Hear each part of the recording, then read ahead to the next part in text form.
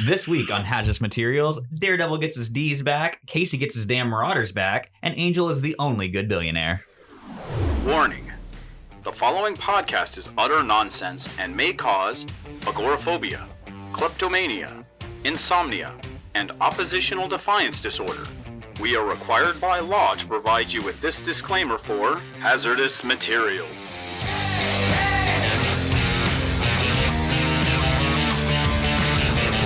And welcome to the not Comic-Con edition of Hazardous Materials, last week's comics this week, wherein we're going to talk about last week's comics this week and probably not so much about the San Diego Comic-Con stuff because they're just trickling stuff out. Yeah, a little bit of light on the news this week. Yeah. But diving right into Amazing Spider-Man Sins Rising #1 by Nick Spencer and Guillermo Sana.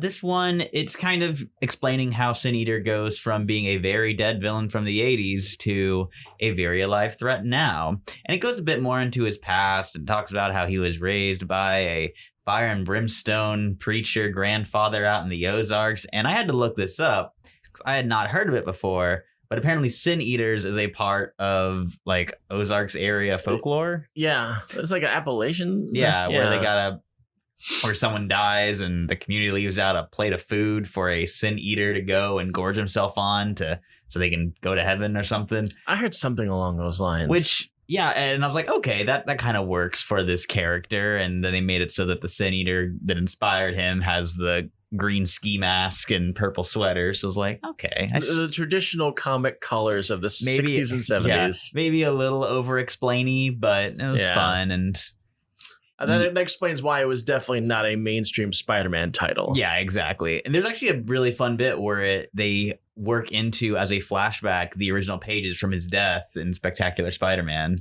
Oh, way back in the day. Yeah, I think it was Rick Leonardi on pencils for those. Look at you pulling out the ghost story on that one. Yeah, it was really cool. I would not have known that stuff. Yeah, it was a really cool little flashback sequence. It's like, love that shit.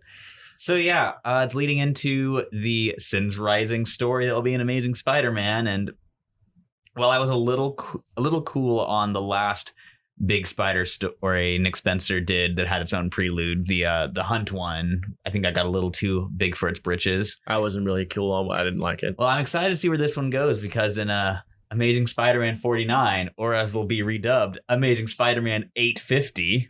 Yes. So they can hit us with another $10 book. That's going to happen. But Amazing Spider-Man 50 is also looking really cool because it's going to have like a Ghost Spider and Spider-Woman and Miles Morales showing up in it. And hopefully we'll finally learn what Kindred's deal is. Fingers crossed. Yeah, I'm starting to lean towards your theory more than mine because I was thinking like, I don't know, maybe Ned Leeds or something like that. But then that doesn't really make any sense. Yours makes complete sense. I'm really hoping I'm right on that one. So that would be like a fast one if it was just Ned Leeds all over again. I think that would be like... Oops, all leads. Yeah, and it's like done in the same stupid way with like a one-shot in Germany. Yeah. You've caught me, you know. But moving right along to Daredevil #21 by Chip Zdarsky and Marco Cicchetto. I love this series. I haven't gotten to talk about that much on the show because it's basically been one giant 21 issue arc. I think I've managed to worm it into our lists a couple times. Run. I've largely stayed away from this, but I jumped right in on this one, and having read it and realized that Bullseye was in the last issue, I feel like a fool. Oh man, there's a really great sequence in the last issue where Bullseye is taking shots at Daredevil, and you see Daredevil is just blocking every single one with his baton, and he's like, it's the thing about guys with perfect aim, you always know where they're gonna shoot. Oh god, I love Bullseye so much. It's been so long since I've seen him in a decent story, ever since that solo limited series that he was in. That was really fun. Those Colombian drug cartel guys, which was hilarious as hell. That was a fun series. But yeah, and so the big arc of Daredevil has been in the first issue, Matt Murdock kills a guy while he's doing crime, and he's like, I can't be Daredevil anymore. Accidentally. And that's the kind of thing is he's grappling with it this year. Is like, did I mean to kill that guy? Like, how many other people have I, like, due to my own negligence, have I killed? And that's been weighing on him, as Daredevil's known to do, to wallow a bit in the internal angst. I do believe that Punisher went through something like this in the 90s, wherein he thought that he had he had killed an innocent, like a cop or something. But then I guess he later finds out that the cop was like super crooked. And my conscience is clear. Punisher knew what was up. My conscience is clear because he was going to kill himself over it. I mean, like he had been pushed to suicidal tendencies, and that's where he was going to go with it. I think that's actually what happened to him originally that turned him into the Angel Punisher. Remember Angel Punisher? Yeah, I actually just picked all those up, and man, it only lasted 4 issues, but that stuff is bananas. Remember when they tried to make it so that the skull was actually a demon's face? Yes. So good. And he had like a little mark on the skull. Truly not the best work of Michael Golden or Bernie Wrightson. Like, the writer of the Nom with Bernie goddamn Wrightson. Who's a legend. That's the Punisher you wind up with. Oh, God. It was such an embarrassment. But anyways, we're off topic. Again. So Daredevil, yeah. The big deal with this issue is this is the first time he has the costume on in full since issue number 1. I love this new costume. Yeah, Marco Cicchetto did a killer design job on the classic red look. And it's still red. Mm-hmm. For all intents and purposes, it's red, but he's wearing pants, which makes a lot of sense with the kind of acrobatics he pulls off. Ben Affleck knew what was up. Exactly. And I like the lines, the piping that they do on his mask and on his chest. It's a great new look. Yeah. So here, though, Daredevil, he's like, I'm tired of running away from this. I'm going to like have my day in court. Mm-hmm. So he turns himself in. It's because superhero law is a thing in the Marvel universe. So you can be tried because as a superhero, that is a persona. Yeah. That is a person. So you can be tried with your mask on. I think like the thing that like the qualifier, I guess, is that since we can have superheroes keep their secret identities when they take the stand as witnesses, superheroes can be tried. But he does have to show the DA his face. Oh, and he worked for him. Yeah. And he's just like, God damn you, Matt Murdock. You son of a bitch. And he's like, I know. If this ever got out, like every case I ever worked on could be thrown out. And yeah, I'm really excited to see this legal battle go down. See, I went in this completely cold, so I didn't know these supporting characters. Mm-hmm. But even though that being said, and I didn't even get a chance to talk to you about it, I just went right into it. I understood exactly what they meant. Within the small amount of exposition that they gave me just enough to understand what a big deal this scene was. Yeah. And I also, one last thing on it, I love how they have a callback to a Spider-Man scene in the first arc where after Matt goes through the whole gauntlet of trying to get home, he gets back to his apartment, Spidey's waiting there and just like, yeah, you killed a guy, you're done. I don't want to see your dumb horns out anymore. Nope. And they kind of do a callback to that with Daredevil suiting up to go out and Spidey's there. And Daredevil squares up to fight him and Spidey's just like, man, forget you. Goes out the window and Matt's like, oh, thank God. He totally bluffed him. So good. That was pretty good. I'm kind of curious to see where this goes. I feel like I've been in this storyline before where Fisk has the upper hand and Daredevil's like turning himself in and he's been demonized. Daredevil has had he's been given the business publicly more than Spider-Man has, I think. He's had his identity exposed multiple times, and he's managed to be like, JK. I'm really hoping to see Mike Murdock show up at some point. Mike Murdock? Is that his brother? Yeah. Who is real now. Really? Yeah. Then about a year or so ago in the Charles Soule run, there was a bit where, do you remember Reader, the Inhuman, who when he would read something, he'd make it real? Yes. Yeah. He did that with one of old Matt Murdock's legal documents that involved Mike Murdock. And so Mike Murdock is a real person now who's running around. That's gotta be baffling. Yeah, he hasn't popped up since the end of Soule's run, but we'll see. So next up is part 1 of our double Chip Dip week with Chip Zdarsky and the Dodsons X-Men Fantastic Four number 4, which I have been patiently awaiting for. And I asked you, who names their kid Chip? And you tell me this is a synonym. Yes. I don't remember what his actual name is, but I know it's not Chip Zdarsky. It's quite a name. It's a hell of a pen name. What if it's like something like sad and boring like Greg Brown? My name's Greg Brown. I'm sure we'll have a little pop-up here to tell us what Chip Zdarsky's actual name is. We're going to find Chip Zdarsky's true identity. We're going to reveal it on this. All right, J. Jonah Jameson. He's a menace. So here we finally get the wrap up of Doom having all of his Latverian mutants sequestered on an island, which he had them all knocked out and put into Doombot Sentinels, or they're called like Latviathans. Yeah, like Latviathans. It's a mix of Leviathan and Latveria. And he goes, "Do not compare my Latviathans to your racist Sentinels. Mine kill mutant and human alike." Yeah, that's funny. He brings the Sentinels in, and he still manages to sound righteously indignant about the whole thing. Yeah. So you get the FF and the X-Men teaming up to take out the Sentinels without harming the mutants within, and trying to get Franklin out of the machine Doom's got him plugged into. And it's just some great action. There's a really fun Nightcrawler teleporting around. One of my favorite Nightcrawler gimmicks is when you have him in like 4 places on a page and each one gets its own speech bubble as he's popping around. I love that kind of stuff. Now, there's one thing that kind of grabbed me because I just read before us, we recorded. And I can't believe it. No one has thought about this. And that's Kitty Pryde's phasing power truly being density control. Yeah, that was a thing. I think that wound up being Ultimate Kitty Pryde's. Is that what her thing is? Yeah. So how can that have not been brought up in the 40 plus years that she's been around? Who knows? But we'll see if this sticks around. I mean, because that makes her a lot more formidable. Yeah, I think they could easily explain it away as just the effects of Doom's machine. Yeah, like secondary mutations. Exactly. Well, we'll see how it shakes out. But the biggest thing from this book is the ending of after the FF and X-Men have hashed things out. Eric and Charles roll up to old FF Manor, and they're like, "We talked to Mr. Richards real quick," and so they go downstairs to Reed's lab, and Charles is like, "Hey, that was a pretty messed up thing you did with canceling out your son's mutant genes so they couldn't go to Krakoa. So I'm going to remove parts of your knowledge of how to make that device." I love how that whole conversation seemed completely civil and chill. And then without even raising his voice, obviously to the art of comics, Charles lets him know, is like, "You have seriously screwed up and we're going to write it right now."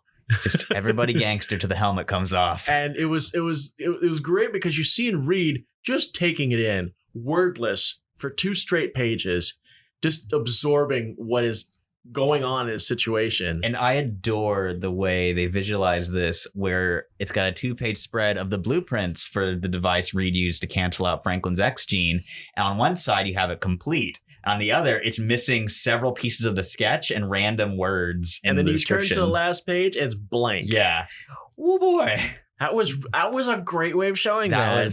I really love that Chip Zdarsky was like, "Oh, we're doing graphic design stuff? I can do that."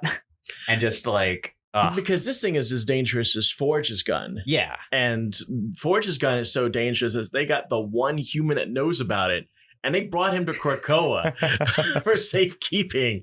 So yeah, they're very serious when it comes to neutralizers.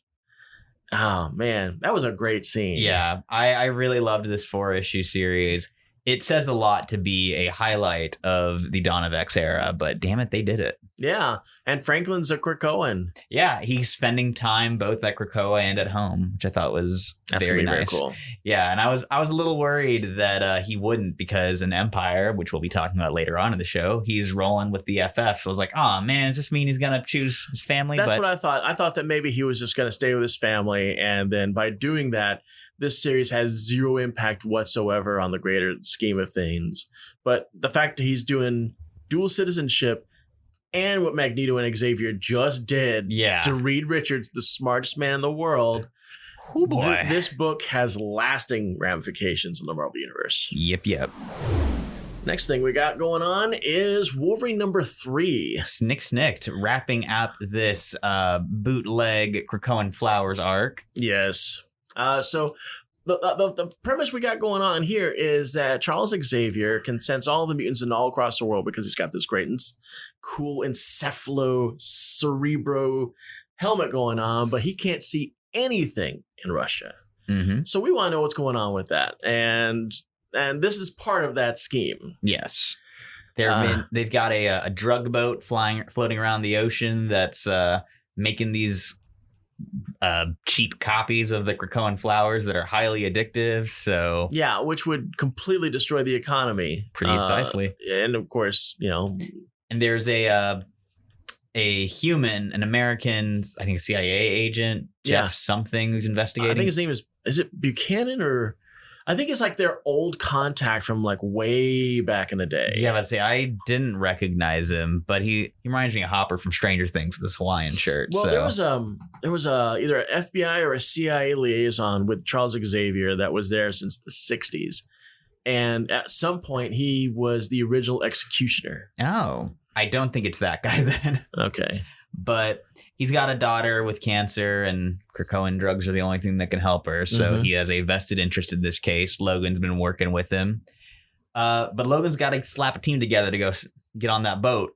So, and our boy Quentin Quires having none of that business. He doesn't want anything to do with it after the last couple times that he's gone out with Logan and got horrifically murdered. Remember when he got turned to flowers and torn in half? Yes, God, Quentin has died a few times now. So he's like, I'm not going to do it. But then the Stepford Cuckoos are like, man, that would be like so hot if you went and fought the Pale Girl. And all 5 of them, too. I was really glad to see all 5 back. And then they're like, all right, Logan, you owe us. You have to introduce us to Cable, which sets up in Cable number 2 next week that Cable and the Cuckoos are a thing. All 5 Cuckoos are into Cable. Young Cable. Yes.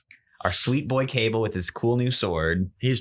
That's a what do you call a polyamorous thing that's got 6 people in it? Is there a term for that? It's not a quad. It's it'd be not a hex something. It's a hexadecimal. They're the Hexmen now. Oh God, it was greatly. I like the way it was drawn too. I like seeing the Stepford Cuckoos look different and emoting. I loved the little heart-shaped speech bubble or thought bubble she got too. That was really fun. He's like, I'm the original Omega. I'll handle this. But Logan needs one other thing. He needs a little Magneto hat. He needs to get a hat. I can't believe he got Magneto drunk. That was hilarious. Yeah, and that's the first page of the book. Is they're at Blob's Tiki Bar, and Magneto he drugs Magneto and takes his hat, as one does. Is it bad that I've been opening up every single one of these Wolverine issues, hoping to God there's a Sabretooth in it, and this time, slightly happy. I got one frame. You get a little panel. Of Creed. I got one panel. A little bit of Creed action. Just one. So are you waiting for Creed with arms wide open?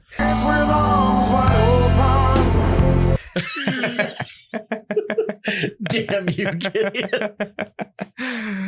Sorry, I saw an opportunity and I took it. Oh my God. But yeah, so they stop the boat. The Pale Girl gets away. Logan saves the CIA man. Yeah.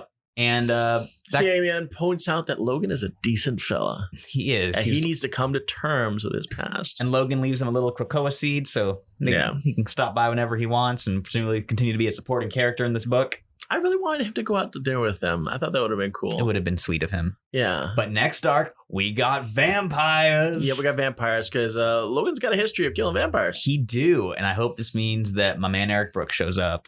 I need some Blade action. Got some Blade.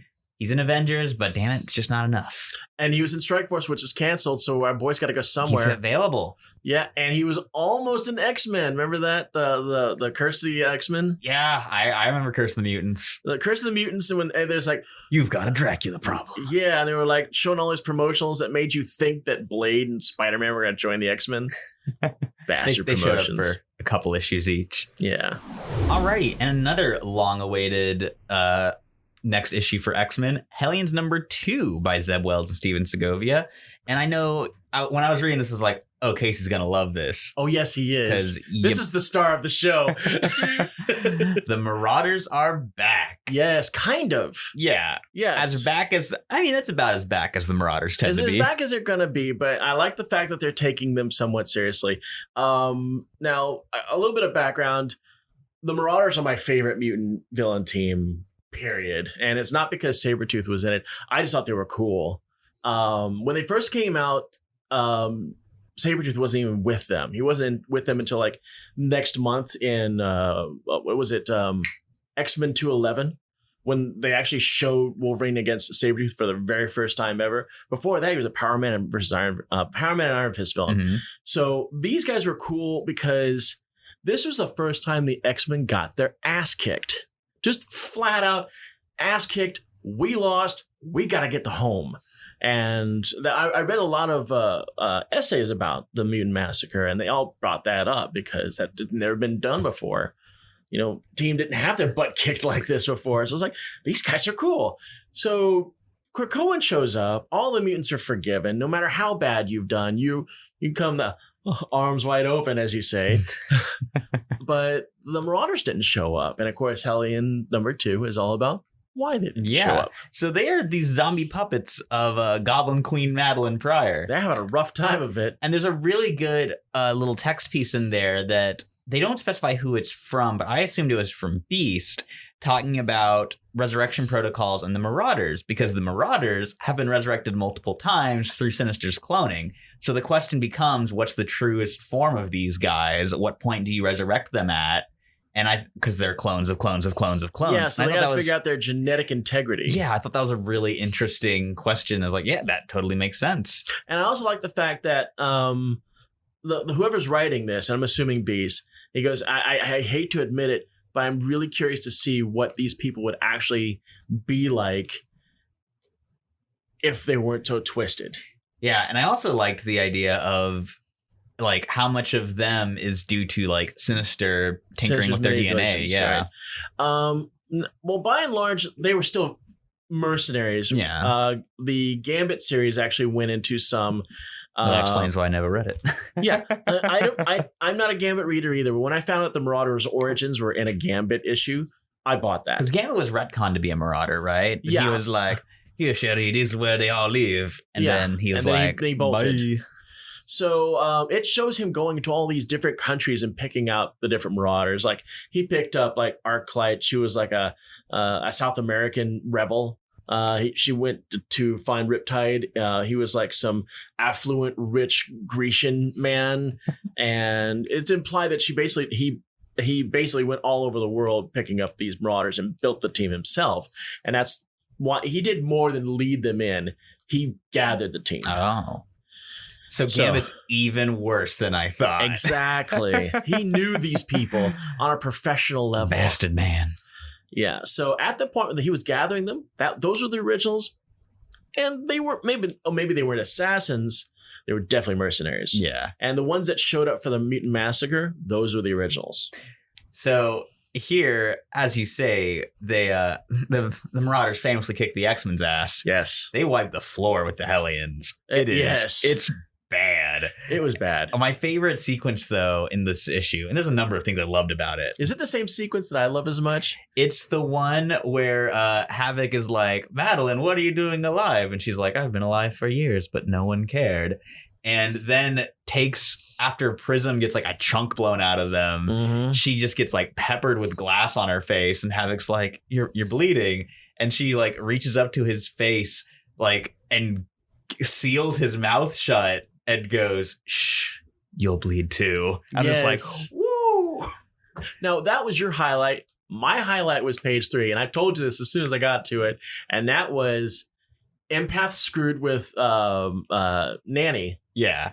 And it basically made her like super protective, and she started trying to nurse Scalp Hunter, which I think they've renamed Greycrow now. Which I actually really appreciated, because I was pretty uncomfortable in the first issue. She's like, "Oh, we're sticking with that name, huh?" Even the HeroClix knew better. Well, yeah, I've noticed that they've gone kind of back and forth with what they're doing as far as that naming. I don't know the cultural sensitivity about that word yet, because I really haven't looked into it. That's on me. Mm-hmm. I'm assuming that's what's going on there. Yeah. So yeah, he's Greycrow in this, which is a badass name in its own right. So yeah, John Greycrow. That's cool. I'm totally okay with that. And as soon as they figure out it's Empath, he puts the gun to his head. And of course, in usual comic fashion, you're thinking, okay, gun to the head of my teammate. That's threatening. No big deal. We're going to move on. Nope. Boom. Scalp Hunter puts him down. Uses that Lego gun to good use. I was like, okay, well, we got number 1, he's the leader of the OG Marauders. And number 2, there's no repercussion for death. Of course Empath's going to catch a bullet. It was very satisfying. It was very satisfying because, man, that bastard. Speaking of Nanny, I loved the scene where she gets knocked over and she's face down and she's an egg and can't get back up. And it's like, can someone turn me around? I just at least want to see what's going on. I want to know, it's obviously clear now that Orphan Maker and Nanny are both mutants, and that's the reason why they're on this. Mm-hmm. What are their abilities, though? Egg robot suit. Well, true. But I mean, I wasn't really aware of that actually being a mutant until this series. Yeah, I'm not going to profess to be a Nanny and Orphan Maker expert. I think I've only read I've read the Claremont stuff with them, that Louise Simonson X Factor story where they're introduced. And they were in a Gen X story pretty early on, I think, too. And that's all I've read of them. All I know is that the fact that Nanny is like super overprotective of Jimmy, a.k.a. Orphan Maker, who is a child in that armor. Yeah. I wonder if his mutation is being like an overgrown child or something. Because he's like a big dude. We should look into that. We'll find out. Please, viewers. Tell us what's the deal with the idiot Orphan Maker. I'm begging you. We really want to know. I've been struggling with this for years. I really like the fact that we got to have this nice story without Empath. And it actually showed that Scott Hunter gave a crap about his team. Yeah. As screwed up and more than likely evil as they are. I mean, we are talking about assassins here. Mm-hmm. He still gave a crap about them. And he's one of the few that actually seems to have him and Psylocke are the only two that seem to have any kind of tactical know-how in this fight. Because Havoc's normally a pretty good leader. He's a bit distracted by and I'm hoping I get my my Goblin King outfit back because all about that look. Mark Silvestri did the entire world a favor with that. Oh, yeah, with the high shirt and the loincloth. Yeah, boy, Goblin King Havoc Summers. That was definitely bridging the making it equal. Yeah, because I feel like he was probably like, man, I went a little ham on the Goblin Queen outfit. Yeah, he divided her boobs so that they're hanging out of her outfit. Yeah. It's only fair. Queen underboob, we gotta have the Goblin King be beefcake. Exactly. It's love it. Ideal couple's costume. Yes. But I think we'll see it again. I hope so. I love, and just kind of wrapping it up, I love the book ends of this issue where you start with Wild Child picking a fight with the Alpha, and then at the end being showing out the shadows to be like, Psylocke, you can't lead this team. I challenge you for Alpha. And then you're bleeding and weak. Yes. And attacking her face. So that's Wild Child for us. You know, I honestly miss Wild Child from Alpha Flight number 10, where he was decidedly creepy. The original Wild Child had a flattened nose, beady eyes, and kind of a flat face, and very sharp fingernails. And he wasn't a predator as in that. Mm-hmm. He was like a serial killer kind of look.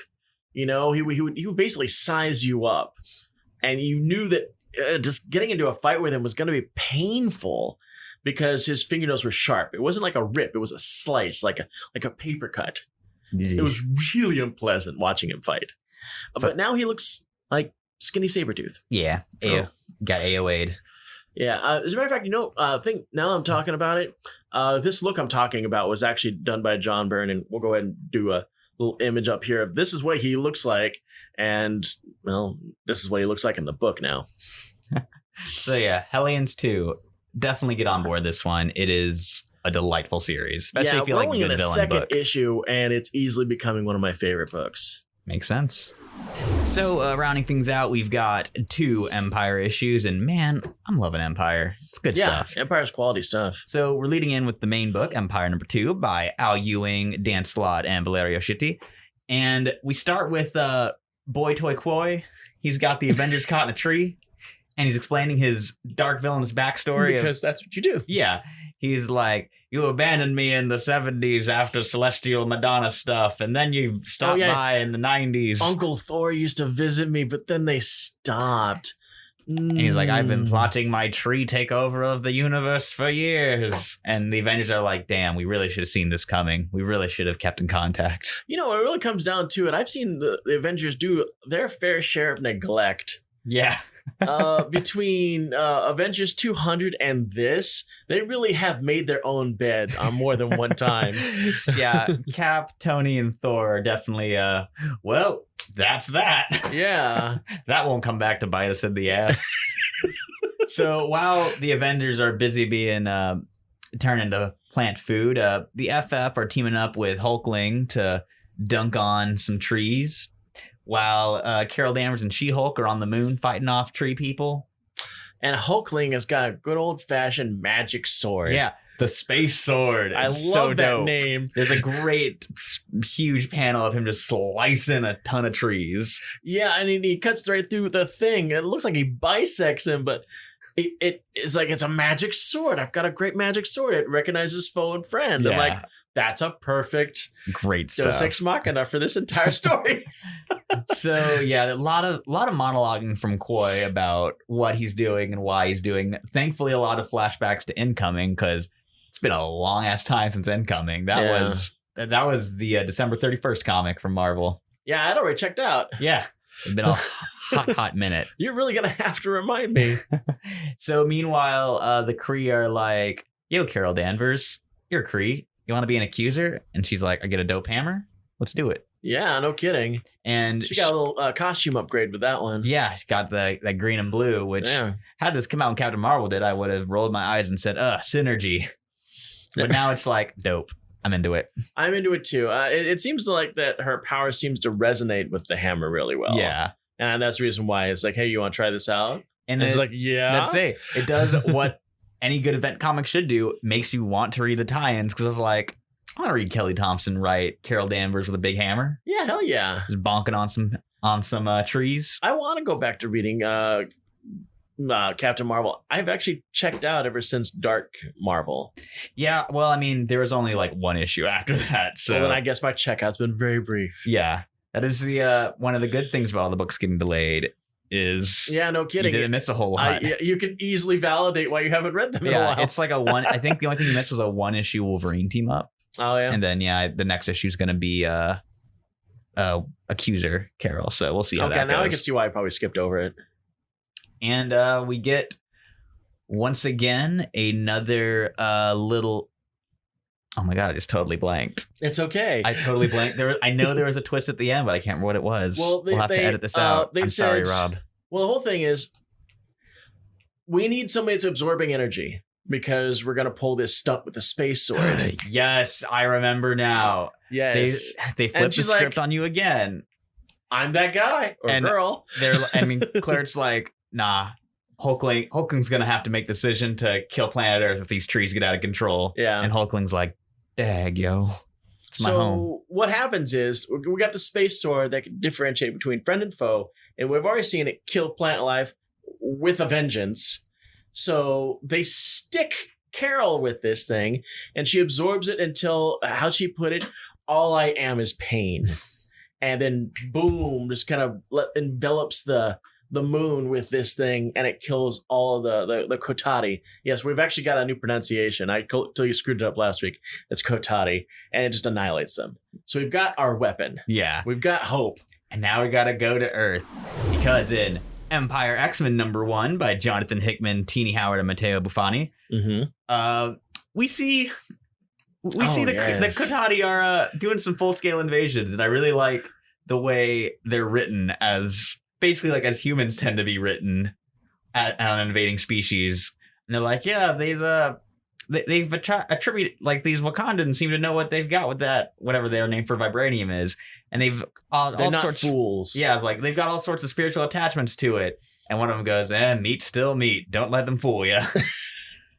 Yeah, because one of them start rationalizing. Yeah. It's like, these are real sentient beings. Like, no, they're meat. Don't worry about it. They're written like invading humans tend to be written. Yeah. So I thought that was really fun. But the main bulk of the story, and it ties way more into the Dawn of X stuff than I expected it to. Because I kind of just put it up in whim. I was like, I like an Empyre. I like the X-Men stuff. Yeah. I like Hickman and Howard. We'll see where this goes. And so Scarlet Witch tries to resurrect the population of Genosha. And is kind of successful in a sense. Because she's not seeking forgiveness for the sins that she perpetrated on the mutant population, she's seeking redemption. And she feels like, if I could just figure out how to do this, and she spends 9 months putting this freaking magic staff together.